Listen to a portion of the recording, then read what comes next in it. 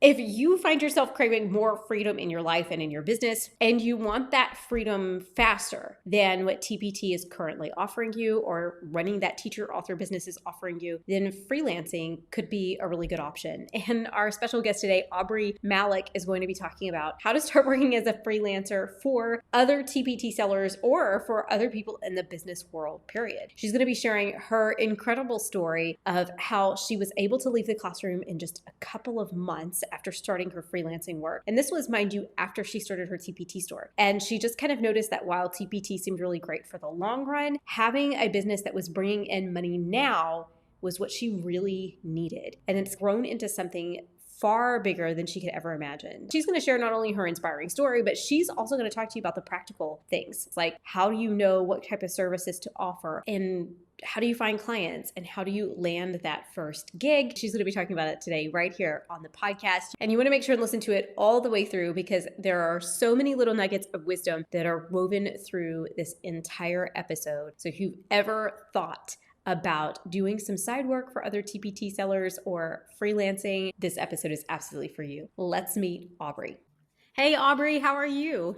I'm great. How are you? Thanks so much for having me today. I'm good, and I'm so excited to talk to you about starting a virtual assistant job or career in freelancing, because I know that many teachers and many teacher authors are looking for ways to sort of supplement their income, perhaps leave the classroom and have something a little bit more steady. So I'm really excited to chat with you about that. Can you just start by telling us a little bit about you, how you got started in the TPT world, and how you got started working as a freelancer? Yeah, so I have a very traditional story. I went to college. I actually did not go to college in education at first. The only thing I knew going out of high school is that I liked speaking Spanish, and I liked the classes that I took in high school. I did like some college level Spanish classes. And I'm like, I just want to speak Spanish. Like, I like that. Then my guidance counselor was like, well, maybe you should add like some business classes in there in case like you're going to go into that. So ironic enough, like that was like the track that I went in first. And then I got to college and kind of had like a mini panic attack of like, I don't know what I'm supposed to be doing. And so I ended up taking all these aptitude tests and they all came back to like education and teaching. And it kind of made sense. Growing up, I loved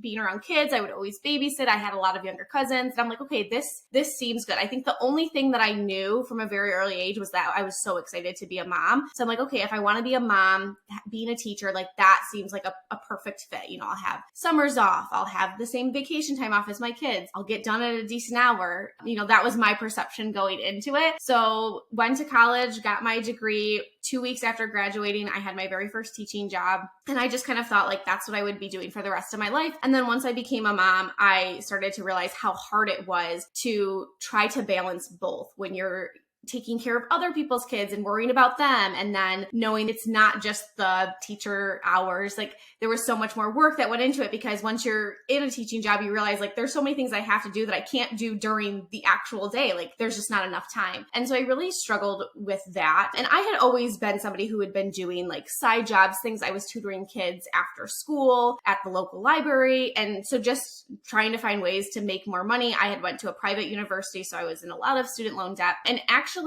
TPT started during my student teaching. I had a teacher that I was student teaching with, and I came in and I taught a lesson. And after the lesson, she was like, that was amazing. Like, how did you find this activity? And I was like, oh, I found it on Teachers Pay Teachers. And she's like, well, what's Teachers Pay Teachers? And so I told her about that. The next day she came in and she was like, Aubree, I did not sleep at all last night. She's like, I am going to start selling my lessons and my stuff on TPT. And it's so funny because she's very successful in the TPT space now. And she'll always say like, my intern came in and she told me about this and she kind of planted that seed. But if you knew who she was, that's her personality. And I'm like, no credit to me. Like that's all you. And so I ended up later on once I became a mom, reconnecting with her, and she was teaching other people like how to get started. And so that was kind of the start of my TPT journey and opening my store. It's a slow burn, like a lot of people know. And so I was at that point of really trying to find a way where I could make a substantial amount of income to replace my income if we could, but the first goal was just to cover my big student loan payment that I had, which was right around $1,000. So I was like, if I can find something that will bring me in that every single month. And that's when I heard about being a virtual assistant and starting a freelance business. Once I learn about something, like I will go all in. And my very first month, I made $800 in my business. And I was like, okay, Nice. like, TPT was something that like could still be there in the background if I wanted it to, but this was something that felt a little bit more immediate and something that I had a little bit more control over as a faster way to make that income. So then my second month that I had my business, and this was still while I was teaching full time, I made $1,500. And so I surpassed that first like $1,000 mark that I needed to. And it was coinciding with when I was going to be giving birth to my second son. So my husband and I decided like, hey, if you can take this full time, if we don't have to pay for daycare, let's see what this could look like over the next 6 months to a year. And so my last day in the classroom was the day before my second son was born, and I haven't been back since. So that was 4 years ago since I started my journey there. I love that. I get a little misty-eyed hearing that story because anybody who's listening who's a mom or even really a parent, because I know a lot of dads too want to have that freedom to spend more time with their family or to spend more time with their kids, but you feel that pressure sometimes. And if that is your desire to be able to spend more time with my kids, then that being able to meet that goal and seeing that like, oh, this is a possibility is so freeing. So talk to me about this, because you went from like, month one, you're making $800 a month. Month two, you're making $1,500 a month. And I can only assume that that continued to grow substantially over time. So what type of freelancing do you do? And what type of freelancing is available out there? I love talking about this topic with, teacher authors, because most of the time, a lot of them are already doing all of these things for their own business. And I think that's what will hold people back, even people who don't come from like an already established business or already kind of dabbling in the online space. That's what holds people back, is like, I don't have any skills. Like, what would I even do? And so that was the position that I was in, right? Because in my mind, I'm like, I'm a classroom teacher. Like, what does that mean? Do I come online and teach online? Which I did try that. I mentioned like I tried a lot of different things prior to finding freelancing. That's the first place I really tell people to start. Of course, there's like there's some legal stuff that we have to get through to actually establish the business, but really thinking about and identifying the skills that you have. So that's what I sat down to do first. I figured, okay, like what do I already know how to do? What do people come to me for? And for me, when I thought about it, a lot of people would compliment me on how organized my classroom was, how much I incorporated technology into my classroom. So I'm like, okay, these are some indicators here. And again, to me, sometimes we don't always recognize like our own strengths. In our mind, we're like, doesn't everybody understand how to do this? Yeah. So thinking about like, what do people come to you for? Or even asking people around you, like, what are some of my things that I'm gifted at or talented at that maybe I don't recognize in myself? And I would have a lot of people who would come to me and say, how did you do that? How did you get a video of you teaching that lesson online? One year I was teaching 6th grade math. And one of the problems that I heard a lot of parents say is like, my kids come home, they bring their notebooks home and we don't know how to explain this to them. So every day I would record on my iPad, I would just record a whiteboard lesson of me talking through an example problem. Maybe it was the first problem on the homework, and I would upload that to my website so that parents and students had a reference to actually like look at a walkthrough video of it. And I would have teachers be like, how did you do that? And again, to me, I was like, doesn't everybody know how to do this? Like it didn't seem that difficult to me, but I was like, okay, technology, learning new platforms, learning how to implement or learning new ways to teach people or to teach a topic, like that is a gift and a talent of mine. And then I also thought like, what are things that I already know how to do that a lot of business owners need help with? And for me, that was social media. And I think what we have to think about too, if you're looking into stepping in this type of role, is that it's not that business owners don't know how to do these things that you're going to be offering. As a business owner, you have to once your business starts to grow, you have to start to understand, where is it that my business needs me that only I can do? So for example, you and I, we both have a podcast. I have to record those podcast episodes, but do I have to do all the editing, all the uploading, create the graphics? No, somebody else could do that. So that's what you need to think about. What are things that I already know how to do that maybe not necessarily a business owner doesn't know how to do, but they just don't have the time to do?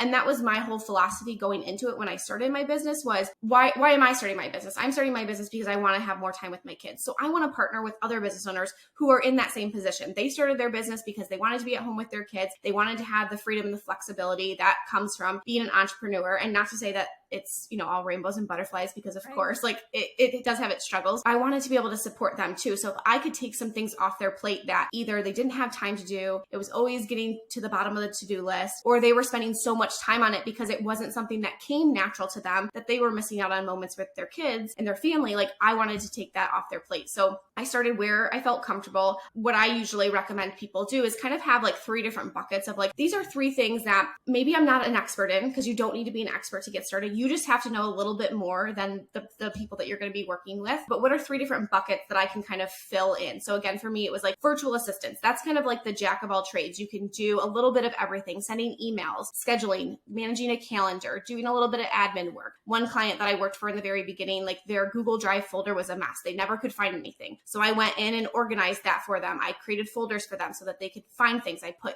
their photos in a certain category. So even things as simple as that. I did light graphic design work. So I was like, I'll create some images in Canva for you, but I don't have a graphic design bone in my body. That is one thing that I will outsource for in my business. But that's kind of where I was like, hey, I feel comfortable that I can throw together a graphic that you could post on your Instagram or you could post in your Facebook group. That's where I started. Eventually at some point, you will want to start to specialize. You will start to want to narrow down, because that's really how your business is going to grow and scale a lot quicker.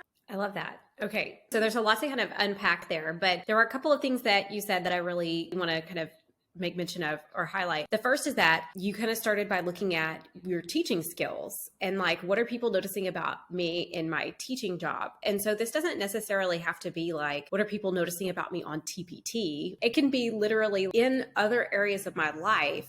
What skills do I have that could transfer over? The other thing is, what did you start with offering for that $800 month? And that's exactly what I did, is I kind of created that list of here's what I feel comfortable doing. And then I said, here are things that I'm going to be offering. So I talked about, I could post on your social media. I could do admin work for you. I could send emails for you, respond to emails, customer service. And the very first thing that I did, and I encourage everybody to do this, but I posted on my personal Facebook page and just let my close people, friends and family that I know, hey, this is what I'm going to be doing. I'm starting this new business. It's what I would do in any sense, right? Like when I started tutoring kids after school at the library, like I had one family who was like, hey, like my kid needs extra help. Like, would you do this? And then once I started doing this, I, went to them and said, if you know of any other families, I would be looking to pick up some more kids after school since I'm already going to be at the library. Like if you know of anybody else, can you help spread the word? So that's how I went into this the same way that I would anything. I'm just going to tell people that I know, and maybe they can connect me with the right people. And I just had that list. I put together a little portfolio, just kind of like highlighting, here's what I'm going to offer. Here are the prices of my packages. Here's how you can get connected with me. I linked to my calendar link where they could book a call with me. And that was kind of like that very first step of what I did. And speaking to your TPT sellers, like another thing that you could do is, what is it in your business currently? Like if you're kind of wearing all the hats and doing all the things, what is it in your business that you feel like this is a strength of mine? Or there's always a laundry list of things that I have to do. And even if some of these other things on my list have priority, like I always find myself going and trying to do this first. Like if I sit down at my computer, I'm always like going and designing the covers because I love, designing things. Or I'm always going in and doing the marketing side of things, or doing the SEO, or writing, there's so many things that go into running your own business. So even looking to see like, what is it that I enjoy doing? Because chances are if you enjoy doing that and you're good at it, there's probably somebody out there that doesn't enjoy doing it and they feel like they're not good at it either. So that could be another like kind of indicator for you of where you can start. But yeah, I always recommend just putting it out there and letting people know that you're going to be doing this, and say like, this is something that I found in my business that I really enjoy doing. And I know that there's probably people out there that don't enjoy doing it. So I want to be able to give back. That is something that I've loved about this, is I do feel like it translates really well from being an educator, because we have that educator heart of wanting to help people, wanting to serve people, wanting to support other people. So you're taking all of those really great qualities that you have as a teacher and you're just translating it into another space. I have so many people who are like, you went to college and now you have your master's degree and you're not teaching anymore. And I tell people I'm teaching all the time. It just looks different. It's not to, elementary students. It's not within the 4 walls of a classroom. It's online now. Okay. So let's talk about finding people. You mentioned posting on your Facebook page just to see like if anyone takes the bait, you know? But where did you find your clients? Did you find them from your Facebook friends or did you find them somewhere else? So a little bit of both. And actually, surprisingly enough, kind of full circle moment, that teacher that I interned with in her classroom that ended up getting started on TPT, she saw that I posted that because we were friends on Facebook. And she was at that place in her business where her business was taking off and she couldn't handle the load anymore. And so she reached out to me and said, I didn't know you were doing this, but I'm really nervous about making that hire. But because I know you and I know like your work ethic and everything, like I would love to have you come on and help me for 10 hours a week. So that was kind of like that first little jump for me. And then from there, that was the only client that I knew personally. I did have some people who like recommended me and shared it. Always encourage people to even in conversations with, like, if your aunt calls you and she's like, hey, what's going on? What's new? Instead of saying, oh, nothing, like talk about what you're doing, because you don't want the first time you ever speak about your business to be like that very first call with a client and you've never let those words fall out of your mouth because it can feel really intimidating. Another place that I went to find a lot of my clients was actually Facebook groups. So joining Facebook groups where, I said I wanted to partner with other moms who had small businesses. And so joining Facebook groups where that person would be hanging out. So thinking about who is the person that I want to work with? Like, do I want to work with other TPT sellers? Do I want to work with photographers? Do I have a background in real estate and I would like to partner with other real estate agents? So thinking about those type of businesses, those business owners, there's a Facebook group for pretty much anything. So if you go to Facebook and you search those terms, even if you wanted to search like locally, like local photographers, wherever you're local to, I'm in New York, so I might type in like Western New York photographers if that's who I wanted to work with. We think every conversation that we have to have with somebody has to lead to them wanting to hire us. And I think if you take that piece out of it and you just think, how can I grow my network? How can I talk to people who didn't know about me and what I do in my business yesterday? How can I talk to them today? Because that person that you talk to might never hire you, but they might have a network of 100 business owner friends that now you're tapped into. And that actually ends up being a better way to find clients because you're kind of coming from that referral. So that is honestly one of the best ways to do it. Just always be talking about it. You don't need hundreds of clients. You probably only need 7 or 8 clients to meet your income goals, depending on what services you're offering, how your packages are structured. So it becomes a lot easier to hit those income months, those goals that you're working for, because you don't need all of these people. I would say it takes about 30 days to kind of get the word out about what you're doing. And then you're going to start to see the fruits of your labor start to pay off, because it does take people some time to find out about you, to build that know, like, and trust, to invest in you, to outsource in your business is a big step. If you've ever thought about doing that, to hire somebody on, to say like, I hope that they take the same love and care for my business as I do. So it is going to take some time for people to build that trust with you. But if you are constantly talking about it and sharing about it, that's going to show people, oh, like this is something that she does. She's constantly showing up for it. So for some people, like Facebook groups are a great way. Some people I'm going to start an Instagram and I'm going to talk about it and show up there. I love the platform TikTok. That's where I show up a lot of the time. So that could be a place where you could start to build that curiosity around what you're doing. So picking a platform that feels good for you and something that I can stick with consistently. And besides just having the conversations, which, I mean, you make a really great point about how important that is to network. And that's how I found several of my freelancers, as either I already had an existing relationship with them or somebody that I had an existing relationship with told me about them. So that's really, really important to network. But let's talk about maybe some practical things. Like, for example, my sister-in-law wanted to get into maybe doing some virtual assistant work from home. And so she has a background in the education world, but she has no TPT background. And so she doesn't really know any of the lingo or anything like that. And I said, there's a TPT virtual assistant finder Facebook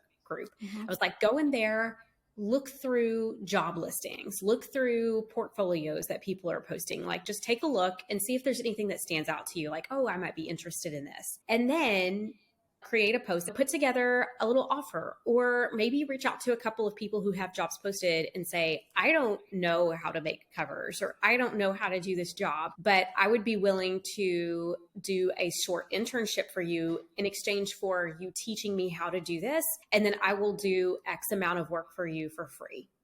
Or I will do X amount of work for you at a reduced rate. And she was able to get a 3-month contract working for someone just by sending them a private message and saying like, hey, this work that you're wanting to have done, I think it was like updating thumbnails covers and like little thumbnails or whatever. She was like, I have no clue what I'm doing, but if you're willing to teach me, like I will do the work for you up front and you can pay me afterwards. Now, I'm not saying that that would be like that's not an ideal, scenario, but she was willing to do that. That way that person felt comfortable, like saying, yes, like I'll make an investment in you because there wasn't any money that they were spending up front until the work was done. Talk to me about that because I don't know this world, like the freelancing world. You may be listening to that going like, red flag, she may never get paid. You know what I'm saying?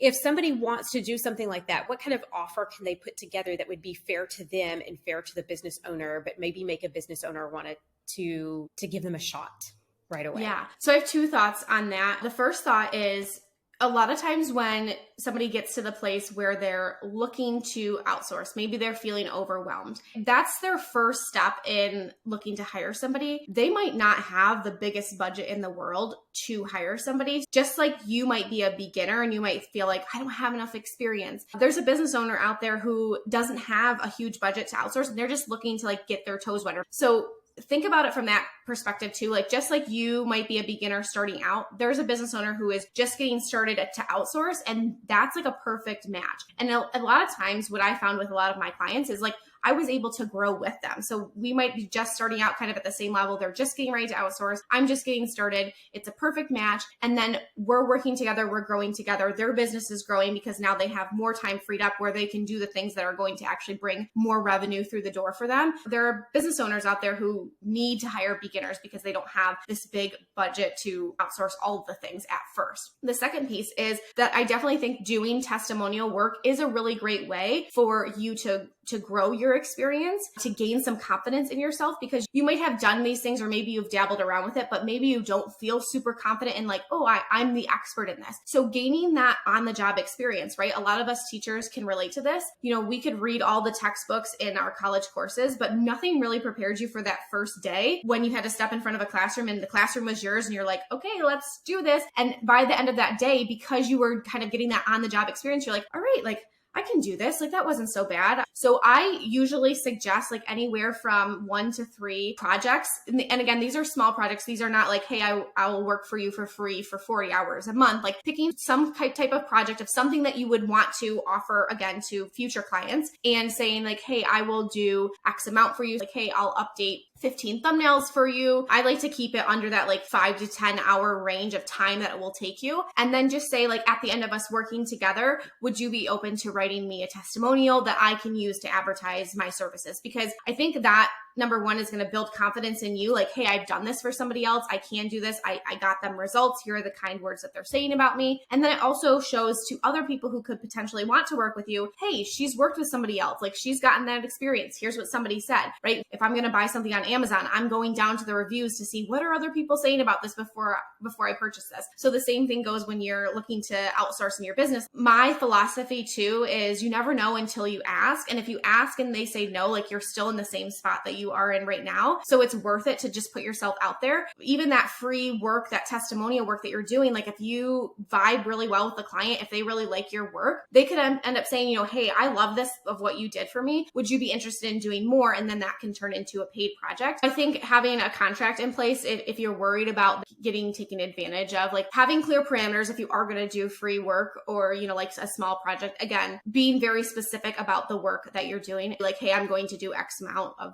this for you or so many hours. And another thing I think can kind of help bridge that gap of, I don't have any experience or I wouldn't know how to do that. I love how you said that your sister-in-law just like reached out and said, I don't have experience in this, but I have confidence in myself that I can learn if you're willing to teach me. That's how I went into it too. I'm a problem solver. I can figure it out and I'm willing to learn. A lot of business owners will like have different videos, or they can put together a quick Loom video of here's how I, create my thumbnails, or here's how I organize things. Like I do that for people that I hire in my business. I'll just say like, here's how I do this. Here's where you're going to find everything. Here's how the workflow goes. And that can help somebody who has no experience pick something up really quick too. Some people want to find somebody who can grow with them, who are teachable and who can pick things up. So keep all those things in mind, that even if you're a beginner, even if you feel like you have no experience, trust me, you do. You definitely have more experience than you're going to give yourself credit for. And I think like going into these groups and kind of searching and seeing like, oh, people hire for that. I remember that was one of the things where I was like, I didn't know people hired other people to write their blog posts for them. Like I could totally do that. I love writing. I loved writing research papers in school. I was like that weird girl that loved, when we would get an assignment for like a 20-page research paper, I'm like, great. I love to research. I love to, compile information together. I didn't know that people actually hired out for that too. So even just kind of going into these Facebook groups or kind of just taking some of that time to do that research, you might be surprised with what people would actually hire for, and just go into it with an open mind and go into that with like, I'm willing to learn if you're willing to work with me. And you can often find those perfect fit clients that are just getting started, and you can end up growing with them. I've had, clients that I worked with for many years because we started together at the time when my business was in its infancy. They were just getting started to like really ramp things up with their business, and we were able to grow over time. That's wonderful. I think that's really awesome that you were talking about like there are business owners who are also new to hiring. And so there could be a really perfect fit for you out there where you can still get paid, but you're getting paid to learn, and you don't have to be the expert right away. You can learn how to do that and get paid for it. So I love that. The other thing that you mentioned that I think was a really good point is you were talking about how a lot of them will like do a Loom video or a screencast or screen share or something and like show you how they do the processes. And I would say for sure, 100%, don't be afraid to ask them to do those things for you, because whatever you can ask from them that will help you do a better job for them is going to be better for both of you. They're going to be more pleased with the result. And then obviously you're going to get a better testimonial because they're going to be more pleased with the result. But also because so many people are brand new to hiring out in their business, they may not know to do that. And they may not know how to tell you to do the job that they've just always done. So it really does help. I'm an overkill person. Like my poor VA, she'll get a 20-minute Loom video over a 5-minute tutorial, like something like that, because I'm like, I'm just going to do this whole thing with you right here. That way, but there are so many fewer questions, and then she has the video to refer back to.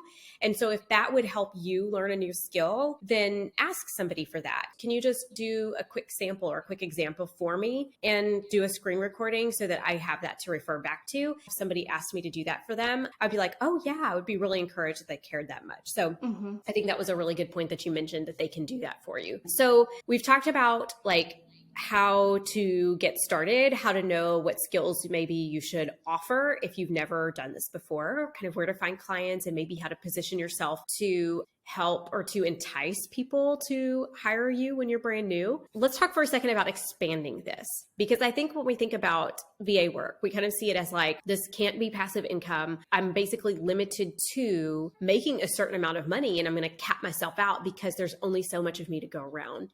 Can you speak to maybe that fear that somebody might have about investing in a virtual assistant or creating a freelancing business versus investing in their TPT store, and maybe how you're not truly capped out in that industry? Yeah. One of the things that I like to teach people when it comes to scaling their business, and I just actually did a podcast episode on this today, is that once you get working with clients, a lot of people think that they can only charge hourly, right? Like, here's my hourly rate, however many hours I work, multiply by that, that's how much money I can make. And that can feel stressful because it's like, well, if I'm trying to grow my TPT store, if I'm trying to take care of my family, and I'm trying to work with my clients, like there's only so much of me to go around. There's only so many hours in the day. And I know I was working a lot in my teaching job, like more than 40 hours a week, because I would be staying late. I would be going in early. I would bring work home with me. And one of the big things was I wanted more freedom in my day. Like I wanted to be able to take an afternoon off because it's so beautiful outside. Like we just have to get to the park. So I didn't want to leave a job where I was working that much and come home and also work that much too. Like it was just changing the setting, really. It didn't really change anything about it. And so I knew that I wanted to work anywhere from like 20 to 30 hours a week. That felt like a really good sweet spot for me. Some weeks less, some weeks a little bit more, depending on what the workload had.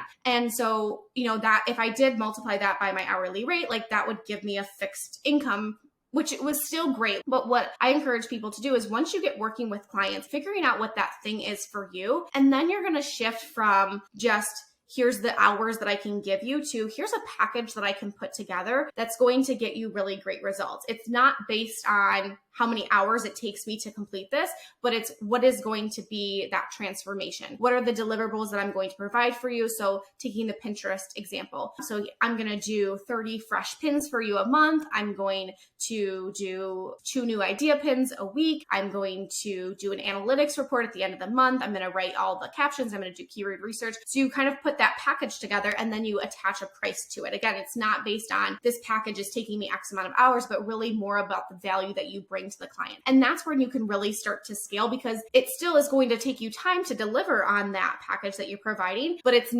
you're not constrained to how many hours I have available equals how many, what I can actually earn. And so that's what I encourage people to do. I don't think you need to be an expert in the beginning, but as you get working with clients, you're going to start to find what is that thing that I really enjoy doing. And then I can now turn that into a package, because when you first get started, you don't know how long something's going to take you. So that's why starting out hourly is great, because you can start to get your feet wet. You can figure out how long things take you, but then you can shift to more of this package-based or project-based model where it's more of a flat fee as opposed to how many hours it takes you. And that's how you can grow and scale your income. I know right now, one thing that's really popular among freelancers is VIP days. So a lot of business owners want a quick turnaround on something. They don't want to have to wait. For example, a website is a really great way to do a VIP day. Design a website. Somebody doesn't want to have to wait 4 to 6 weeks to get on your calendar and then another 6 to 8 weeks for the website completion. It takes a lot of time. So they're willing to pay for that speed. So you could put together a package where you say, hey, in one VIP day, I'm going to do, create a website for you, because you're going to have that dedicated time for that client. You're going to be working together with them to get feedback on it, going back and forth that day. And you're able to give a quick turnaround for a client, which I don't know about other business owners out there, but I am somebody who's like, when I decide I want something, I want it yesterday. And so having to wait around for things, it makes it really difficult for me. So I am willing to pay for that speed, for that quick turnaround, so that I can get the result too. So there are definitely ways to grow and scale past, I have 20 hours to offer, of my time to clients. There are ways that you can structure your services and your packages so that it's not just around the amount of hours that you have. And that's how you can grow and scale past that. And that's how you can kind of divide your time too, especially if you're growing a TPT store too. How can I divide my time where, here's the amount of hours that I want to devote to my own store. Here's the amount of hours that I'm going to devote to client work. But again, it's not necessarily, once you get growing with your clients, it's not necessarily about, I only have 10 hours. So times $30, that only means like, $300 a week. How can I structure a package together that's going to get really great results for my clients? I know I can deliver on, and then it's not tied to the amount of hours that I work. Yeah, I love that. And I think it's also worth mentioning too, that when you package something together that way, you can also factor in maybe the cost of outsourcing some of the tasks within the package. Mm-hmm. And so over time, you may start with like a virtual assistant, like an independent contractor under you who is an independent contractor. But like over time, there are many people in the freelancing world who have employees who fulfill those packages for them. And they kind of work as overseeing and managing and making sure that everything meets their expectations. And like, there's really no limit to how much work you can do if you have other people who are quality and trained underneath you, mm-hmm. and no limit to how much money that you can make in that business either. So I think that's worth considering as well, is that like you can always hire freelancers to work underneath you to help you mm-hmm. fulfill some of those client packages too, which is really amazing. Like you kind of start to see that potential there to like be the CEO of, potentially, 6 and 7 figure businesses, which is really amazing. Yeah. And another thing too, you just sparked something in me too, is definitely, hiring on a team to support you too, because then you can stay in your sweet spot. Maybe there's a package that you offer, and so let me give the example of like a podcast. So podcast management, maybe you want to bring people on to like, you don't love doing the editing anymore, but you can bring somebody on to do the editing for all the podcasts. You actually love doing like the marketing side of things for the podcast. You can bring other people on to support you, but even from there, you can branch out. So say you have this more higher ticket offer where it's all encompassing, you do everything. If you have a client that comes to you and they're like, it's a little bit outside of my budget, you could have some smaller offers for them. So maybe you have like a mini course of somebody, if they wanted to launch a podcast, like I could launch the podcast for you. So now, that's taking up my time. Or if that's outside of your budget, I do have this mini course that I created that walks you through my 5-step framework of how to launch your podcast. Like they're still doing it for, they're going to have to do it for them, or maybe they have somebody on their team, a VA, that could go through that and implement that for them. But having different levels for people to come in at based on where people's budgets are. And again, like this is all going to come over time. It's all going to develop. And once you start working with clients, you're going to start to see those areas of like, hey, I've had a lot of people who want my service, but it is outside their budget. So how can I give them something that can still help them, that they can still stay in my atmosphere? Maybe right now outsourcing their podcast completely doesn't make sense, but they can start with this mini course on how to launch their podcast. They can get their podcast launched. And because I've given them that support and that value, even though it wasn't working with me directly one-on-one, when their podcast starts to grow, they might come back and hire me too. So thinking about what are those different entry points for people that can support people no matter where their budgets are. So you can totally even grow your freelance business to now I have something that makes me money when I'm on the beach, right? But you create it once, you can resell that, to multiple people. You do want to be marketing that, but that's how you can kind of grow and expand. And again, help different people depending on where they're coming from, where their budgets are, and then growing a team too. So there's so many different ways to grow this. And it really just starts with you saying, here's a skill that I have, here's how I'm going to offer it to people, and then let that grow from there. I love that. I love it. All right. So you're going to be presenting at the Teacher Seller Summit on how to start your own freelancing business, which we're really excited about. And you can find the link and all the information about that down in the description. But how can people find you in the meantime? Like you mentioned, you have a podcast. Tell us a little bit about the podcast and where else can they find you? Yeah, absolutely. So my podcast is called Freelancer to CEO. That was my first thing. I was about a year into my business and I was like, hey, I've got all this experience over the past year of all these things that I've done and some of the things that I would tell people not to do. So I just started sharing about that. And that's really where I show up, consistently every single week. You can expect a new episode from us on the Freelancer to CEO podcast.